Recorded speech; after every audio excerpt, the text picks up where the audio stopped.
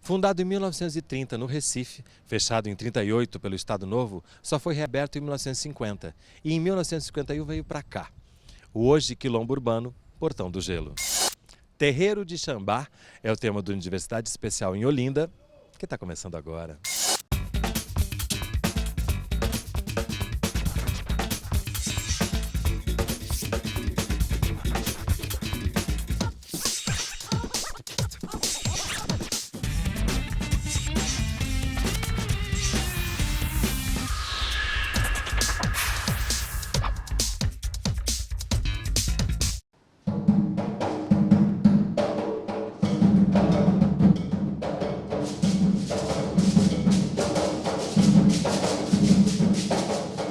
Hoje, no Terreiro de Xambá, em Olinda, Pernambuco.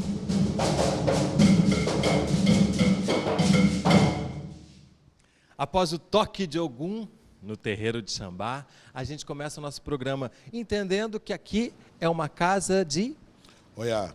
Aqui é uma casa de Oiá, é um terreiro de Oiá, Oiá Meguê. É quem comanda esse terreiro da cultura afro-pernambucana. Como é que começa essa história? Começa com Maria Oiá, que era irmã de minha avó, que chamavam de madrasta, que era Maria do Carmo.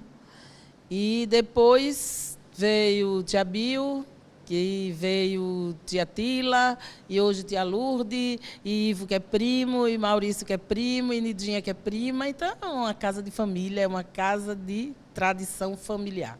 Que é fundamental quando a gente pensa nas questões afro-brasileiras, afrodescendentes, a questão familiar. Exatamente. E principalmente nunca esquecer que quem faz a sobrevivência do candomblé ou da tradição africana no Brasil é a mulher. Então, a grande matriz é a mulher. E a nossa casa é uma casa de mulheres. Quando a gente pensa nessa questão familiar, você também é? Eu sou sobrinho, né, neto, né, sobrinho hoje do Babalorixá do Terreiro, Ivo de Xambá, e toda essa rama familiar, né, com essa primalhada aqui, percussiva. Né? Tudo primo? Tudo primos, todos primos. E como é que vocês aprenderam a tocar? Eu aprendi a tocar escutando e olhando. Escutando e olhando. Escutando e olhando. Escutando e olhando. Essa é uma maneira de aprender. Você também foi assim? Sim, é muito natural, né, nos terreiros de candomblé. A forma de repasse do conhecimento da musicalidade é na observação, é na participação dos ritos, né, dos momentos familiares, né, de louvação aos nossos orixás. Então, essa criançada, assim como eu, aprendeu nesses momentos, né, nos cultos aqui dentro da Xambá. Essa questão da observação, da educação, também quando a universidade se aproxima do terreiro, também é com esse intuito, que esse conhecimento fique disponível para muito mais gente. Com certeza. Nós nos aproximamos do terreiro de Xambá, buscando obter conhecimento, no sentido de produzir conhecimento e difundir para as escolas públicas para a implementação da Lei 10.639, que orienta escolas públicas e particulares, de todos os níveis e modalidades de ensino, a ensinar a história e a cultura afro-brasileira e africana. Que quando a gente está falando das tradições, do próprio terreiro, a educação é fundamental que ela seja transformada, que não seja só essa visão eurocêntrica que a gente aprenda na escola, né? Logicamente, porque a educação, na minha época de escola, nós não podíamos, de formalidade alguma, despertar na escola a nossa religiosidade. Então, hoje, a gente procuramos, através da cultura afro, através de somos o terceiro quilombo urbano do país, que haja outra integração, que mude o sentido educacional nesse país. Porque eu digo todo dia, o problema desse país não é o problema de pele, não é o problema da cor, é o problema de classe. E você não pode simplesmente dar as cotas lá na universidade sem olhar lá o fundamental, que é a educação da criança lá embaixo. Ela tem que tirar daquela criança essa questão. Se você tirar da criança essa questão do racismo lá na escola primária, ele será uma criança que poderá ter o orgulho de ser negro, ter o orgulho de ser candomblé e não se envergonhar de nenhuma das duas coisas. A história do negro e da religião afro-brasileira é marcada pelo preconceito e pela intolerância. Isso vem desde o tempo em que o negro colocou o pé aqui como escravo. E isso, através do tempo, a gente vai notando que continua, como até hoje, de forma diferente, mas a gente ainda é muito vítima desse preconceito e dessa intolerância. Se a gente pensar em Bio, que deu força para essa casa ter a base que tem hoje, ela também sofreu violência, inclusive policial. Tia Bill, obviamente, que passou por toda essa fase de preconceito pior do que o nosso, né? Mas, como eu conversei com você, ela era uma guerreira, ela tinha uma independência muito grande e soube inteligentemente superar tudo isso. Tanto que deixou para a gente esse aprendizado de que a coisa tinha que continuar, com essa base forte que ela e todas as irmãs e filhas de orixá que aqui entraram, que aqui participaram, e que hoje está aqui, todo mundo, né, tirando da cabeça dessa meninada que está aí, que a religião deles é o candomblé, que eles são negros e tem que se orgulharem disso. Tanto que hoje eu vejo assim, já mudou e muito. Nós temos hoje aqui dentro da nossa casa professores, historiadores, advogados, professoras pedagogas, e essa meninada que a gente quer mesmo que chegue lá. Professora Dora é um exemplo que veio com a universidade aqui para dentro, e muitos deles. Então, Tia Bill, Maria Oiá, minha mãe, todas que passaram por aqui sofreram. Tia Tila, todo mundo, muito preconceito. Que força é essa que faz com que sempre tenha havido resistência? Por mais que nos contem uma historinha de Lei Áurea na escola, a gente sabe que a liberdade veio com muita luta. Essa força é a força do próprio negro, porque nós, ao vir da África para cá, nós teríamos que fazer um círculo 7 vezes numa árvore para tirar nossas condições de humano, de cidadão, mas ela se manteve forte através da nossa religião, através dos nossos orixás, ela veio até os dias de hoje. Porque vocês analisam uma coisa que é muito simples da gente olhar hoje da nossa cultura. Aquela música que Martinho da Vila canta, e o índio cantou com seu canto de guerra, não se escravizou, mas está sumindo da face da terra. E nós, negros, não sumimos daqui do Brasil. Nós continuamos firme e forte com a nossa religião.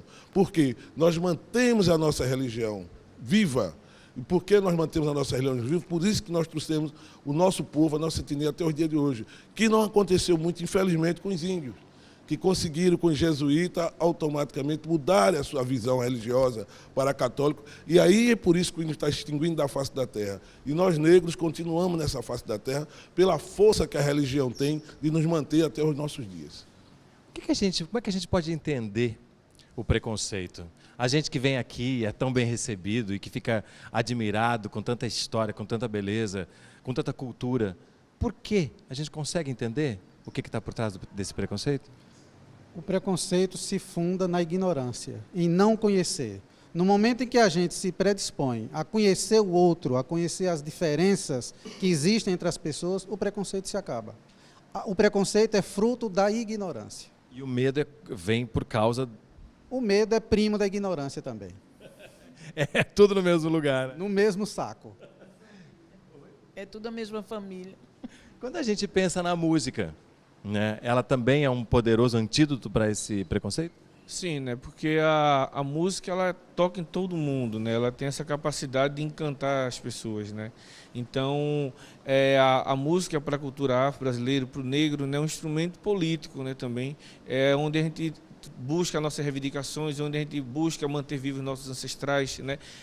Busca se afirmar, né, dentro do mapa social. Então, para a gente a música, como por exemplo o bongá, é uma ferramenta de afirmação política, né, e de exaltação da nossa história, da nossa comunidade, é importantíssima. Bongá é o grupo que você participa, né? O bongá é o grupo que eu participo, né, que é daqui da comunidade e que leva a nossa história, né, que faz do coco de roda, dos toques dos orixás, né, uma ferramenta, né, de transmissão de conhecimento e de resistência, né. Falando de resistência e de política, a gente está no primeiro quilombo urbano reconhecido no norte e nordeste do Brasil. No próximo bloco, sai daí, a gente volta já.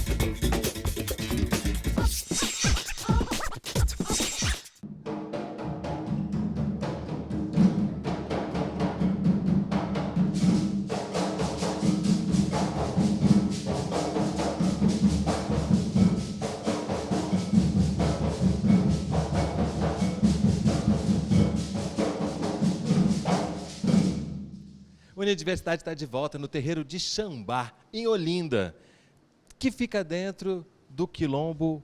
Urbano do Portão do Gelo. Qual a importância do reconhecimento desse quilombo urbano? Olha, quando o Lula, em 2003, criou os quilombos urbanos, a finalidade foi simplesmente dar à comunidade afro não só ressocializar, mas empoderamento de tudo aquilo que ele sofreu. Agora, nós faltamos hoje na condição seguinte: primeiramente, teria que fazer um censo, para a gente saber aqui dentro do quilombo quem é o carpinteiro, quem é o mecânico, quem é o pedreiro, para poder fazer políticas públicas para esse pessoal.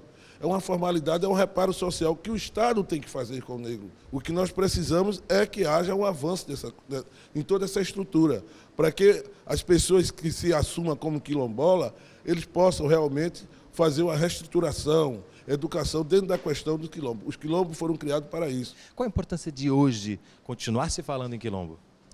É resgatar a história do povo brasileiro, porque a partir do ano de 1535, 4 milhões de pessoas, homens, mulheres, crianças, chegaram para o Brasil, foram sequestrados da África e trazidos para o Brasil. Então, todo esse povo trouxe força de trabalho, mas trouxe também história, memória, cultura, que foi invisibilizado, porque a Universidade Brasileira foi criada por uma elite para a elite.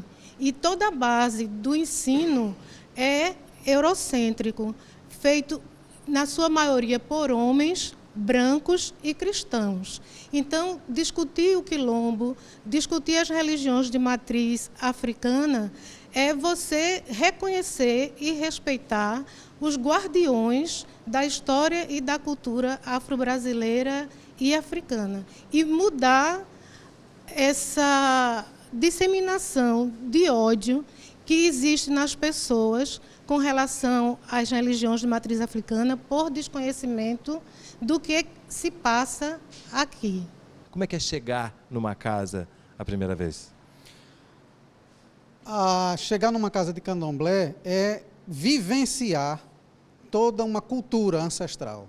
A gente vive em comunidade, praticando a religião, praticando a música, numa convivência muito harmônica. O que nos une é a religião, é o orixá. É claro que a gente acredita na proteção dos orixás, mas uma coisa fundamental na mudança da nossa história é educação, é informação. No passado, diziam, você não pode fazer isso, você não pode ter essa religião. Por quê? Porque a lei proíbe.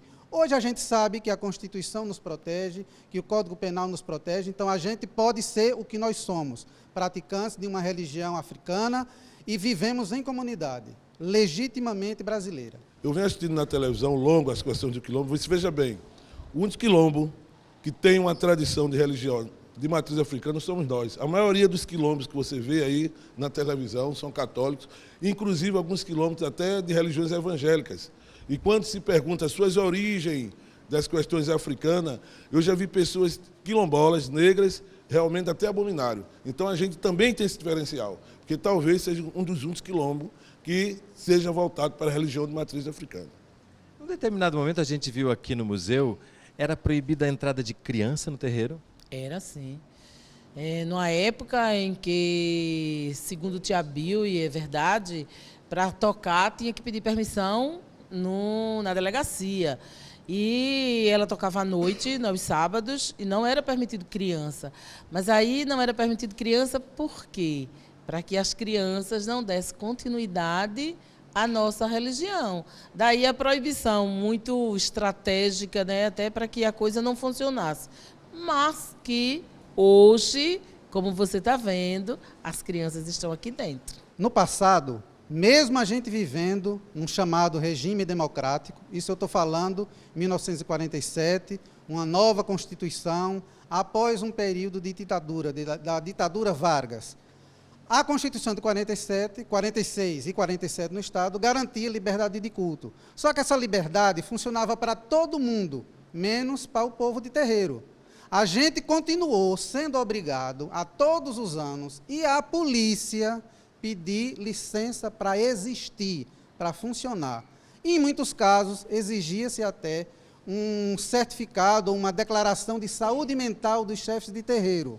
Alguém, por acaso, já ouviu falar que um padre, um pastor ou um líder de qualquer outra religião fosse obrigado a todos os anos a abrir um prontuário na Secretaria de Segurança Pública e pedir licença para existir? Não. Mas para o candomblé, os praticantes de religiões afro-brasileiras eram obrigados a fazer isso. O terreiro é o nosso grande espaço educativo, né, que garante para a continuidade. Então, assim como a gente logrou hoje a minha geração a academia, mas a gente cumpre o nosso papel, né, de tornar vivo o ambiente, né, do terreiro como espaço educativo nessa interligação.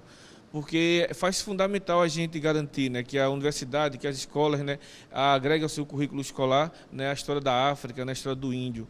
Mas também é fundamental para nós negros, nós de terreiro, entendermos que o nosso grande espaço é o terreiro e a gente também tem que aqui exercer e torná-lo, né, esse grande ambiente educativo que é.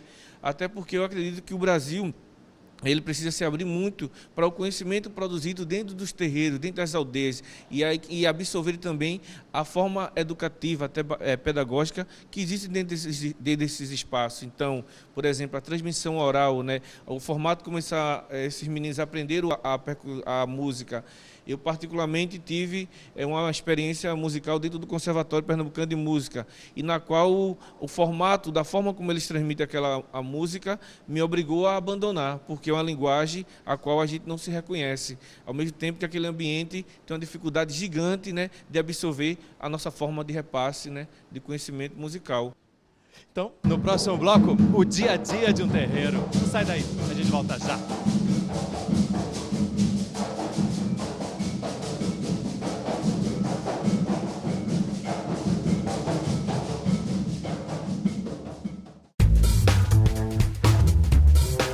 A força da herança de matriz africana está em muitas expressões e lugares do país. O terreiro de Xambá, na comunidade do Portão do Gelo, em Olinda, guarda parte desse legado. Conheça mais. www.xambá.com.br.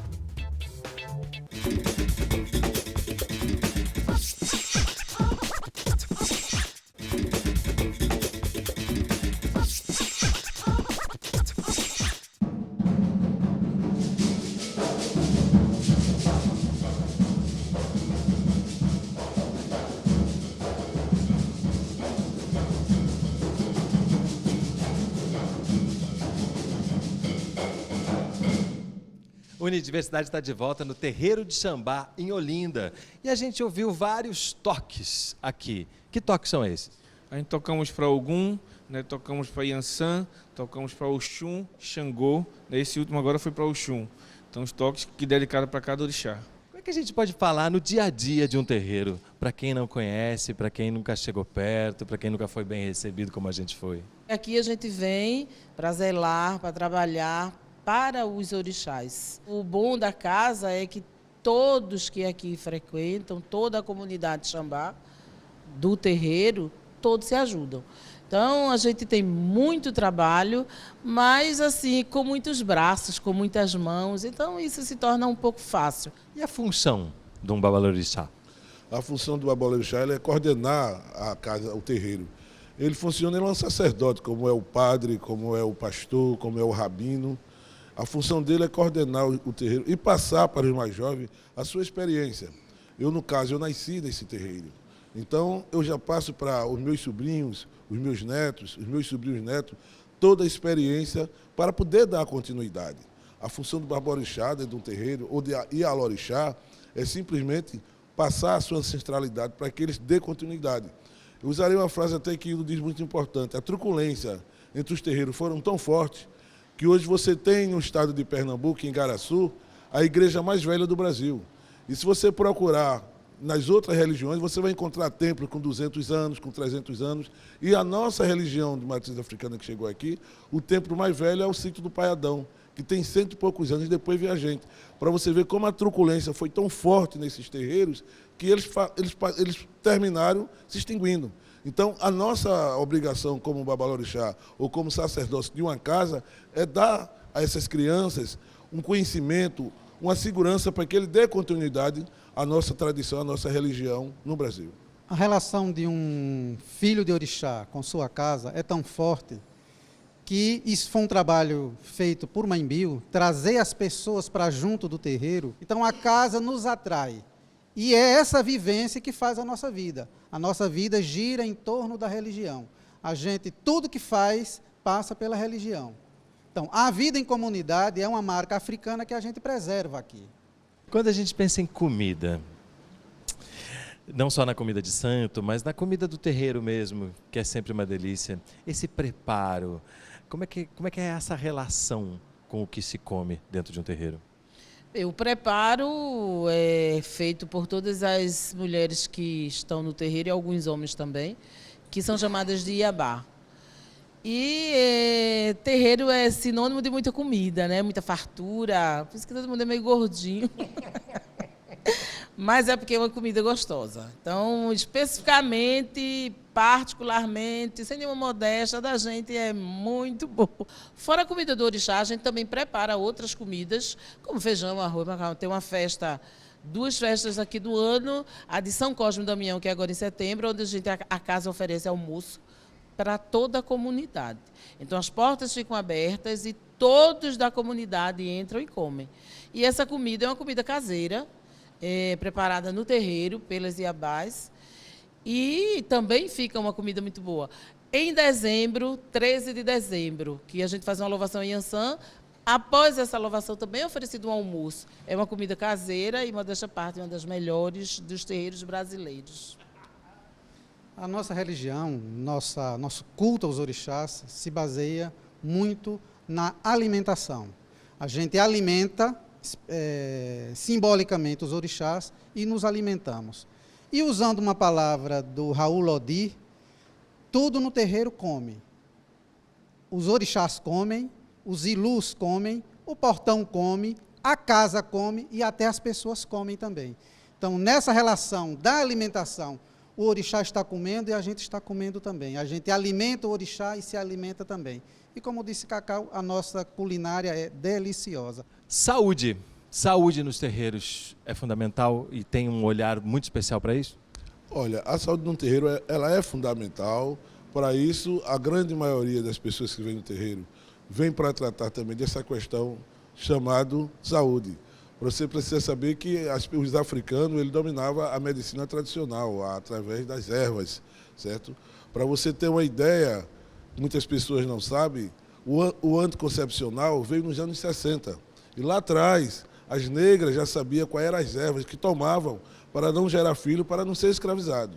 Então, os africanos, ele tem grande importância com as ervas na questão dos nossos tratamentos.